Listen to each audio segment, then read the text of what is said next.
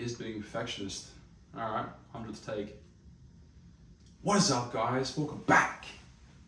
I've wanted to do that for a long time, and I'm never going to do it again. So last week, or about 2 weeks ago, I watched a video called Why Social Skills / Charisma Videos Will Never Work For You.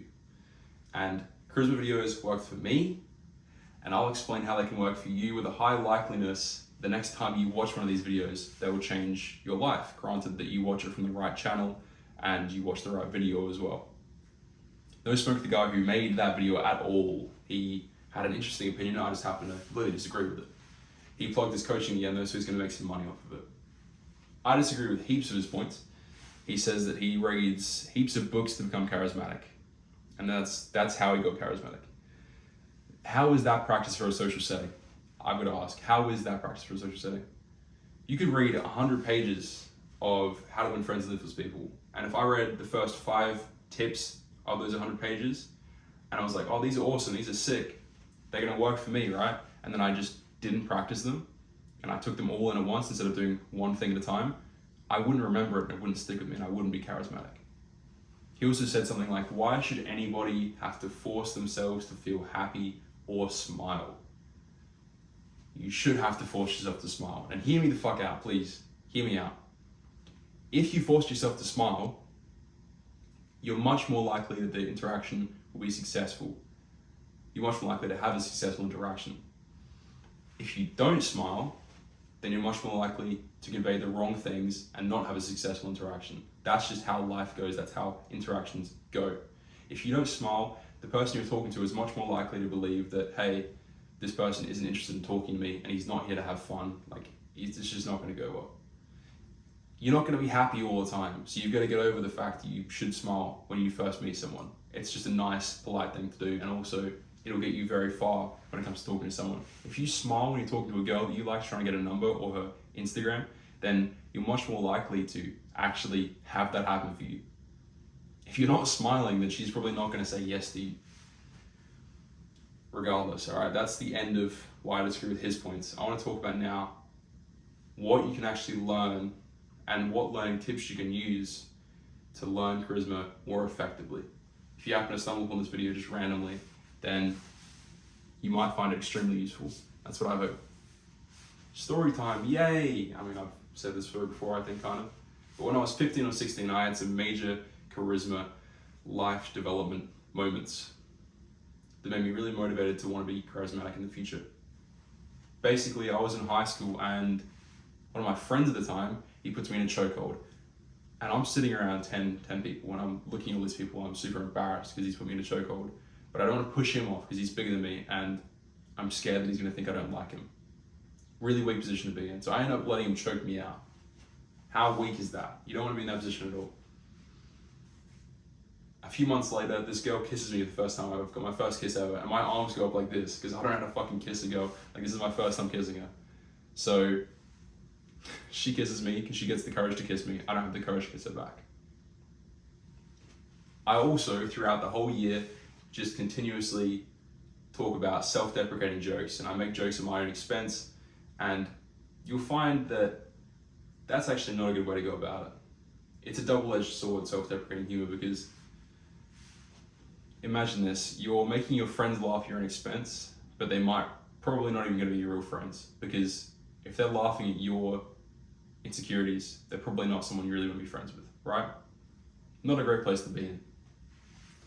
So now I'm motivated to become charismatic and learn how to get friends and make friends and build attraction with a girl, that sort of stuff. So I watch these 5 to 10 minute videos, and I'm watching this 5 to 10 minute video on charisma and how to climb the social hierarchy. And as I'm watching this video, there's like 3 solid tips, and I'm like, these are fucking awesome. Like, these are gonna change my whole shit. These are dope. And I'm listening to these tips, and the next day I go to school, forgotten all of them. All of them. I didn't say anything wrong. It's because I'm not practicing it, right? What happened from that situation was I didn't commit to learning anything, so I failed at learning fucking everything. I didn't commit to learning anything, so I failed at learning everything. When I'm 19, this is after high school now, I decided, like, sure, I'll buy a course in it, see what happens. My learning is significantly better from this course. This isn't a plug to Charisma on Command, but I bought that course and it changed a lot in my life. It made me take one step at a time when I thought that you had to just do big steps, maybe do one thing at once. It gave me free practice and motivation. So it would give me, at the end of each video, it would give me like this little 5-minute practice, and I'd set it to remind myself later that night that when I talked to someone the first time, I would use this thing in the conversation, so I would make it a habit. It made me confident, not as a charismatic trait, but in all things in life, because I had done this thing and suddenly I could fucking do it. Like all of the self-esteem that had been shattered through high school, I was able to get back. Very, very, very, very, very freeing feeling. What evidence to myself that I'm charismatic and actually can make a video on this is that for 3 years, I've been like the main leader of the friend group that I'm in.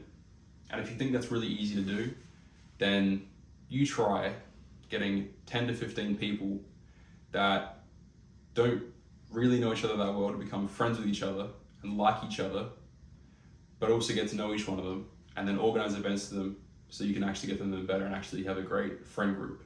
It's not easy to do. It's definitely not as easy as it sounds. I also got the courage to kiss girls the first time 3 years ago when I fucking mastered this thing. Self-mastery, at least. By no means am I a master of charisma yet. And a lot of people can't seem to make certain charisma tips stick. They say it's because charisma is fake, or it's only for some people and only works for them, or they're born charismatic maybe even. Here's what you have to do to learn how to be charismatic. I've got 3 tips for you, so I need your attention, all right? You don't have to give me attention.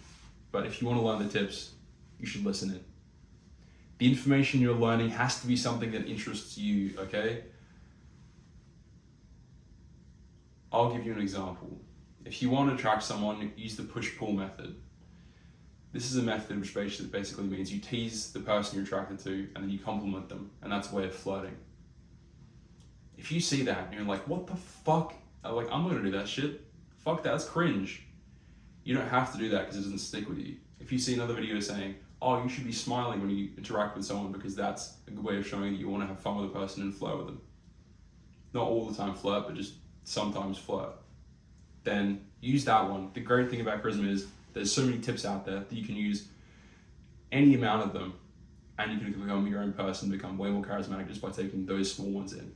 I've cherry picked over the past 3 years, probably like 100 charisma tips that only work for me, like 10, 15 that work for me mainly, that I use all of the time. Push-pull is one of them.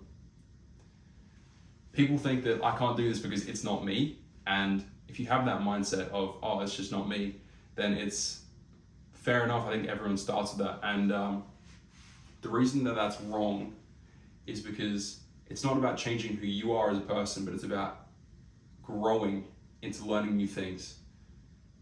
If I just said, oh, I couldn't be a charismatic person, it's just not who I am, then I wouldn't have been making this video now and I wouldn't be pursuing my dreams now. But because I had the ability to believe that I could do it, I am doing it. All right? Tip number 2, you have to treat charisma like a muscle. The more you muscle, the more you exercise it, the bigger it gets. I have to mog on you quickly. Keep your attention. All right?